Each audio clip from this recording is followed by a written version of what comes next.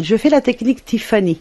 Donc la Tiffany, c'est une technique née à la fin du 19e et c'est un tout petit peu différent des vitraux d'église.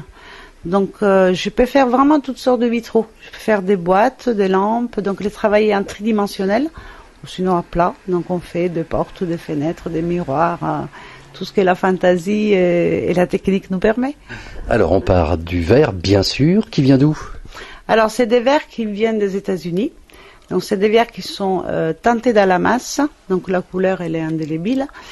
Et ils sont fabriqués aux États-Unis où Monsieur Tiffany, à l'époque, il les avait commandés à ses verriers. Donc, sont restés des brevets privés. Donc, on peut les acheter que chez eux. Ils sont merveilleux. C'est vrai que c'est des très belles couleurs. Alors, on part d'abord d'un petit croquis, hein, bien sûr. Il faut faire le dessin. Donc, il faut faire les dessins selon ce que les clients souhaitent. Donc, je fais plusieurs esquisses. Après, on choisit les verres, on détermine bien les dessins et tout.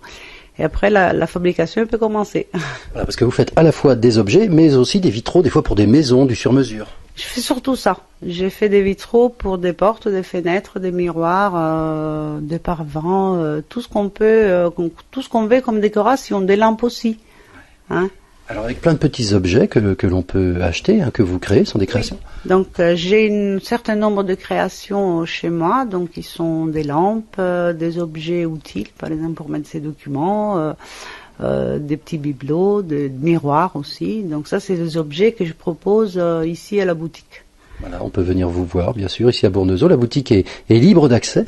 Est libre d'accès. Bon, il y a des jours où je suis pas là. Voilà, en tout cas à la boutique ici, boutique qui sert aussi d'atelier. Hein, finalement, on peut vous voir travailler lorsque l'on vient. Ben tout à fait. Donc il y a une grande table de travail. Il y a beaucoup de choses dessus, un peu de désordre et puis quelques objets. Ouais, ouais. Alors l'assemblage, on peut le voir ici. C'est un exemple. Donc là, ça sera une lampe. Il y a plusieurs morceaux qui sont déjà faits. Donc ça, c'est un pan de la lampe. Donc j'ai taillé toutes les pièces. Donc vous voyez, ils sont encore numérotés. J'ai taillé toutes les pièces pour la glycine.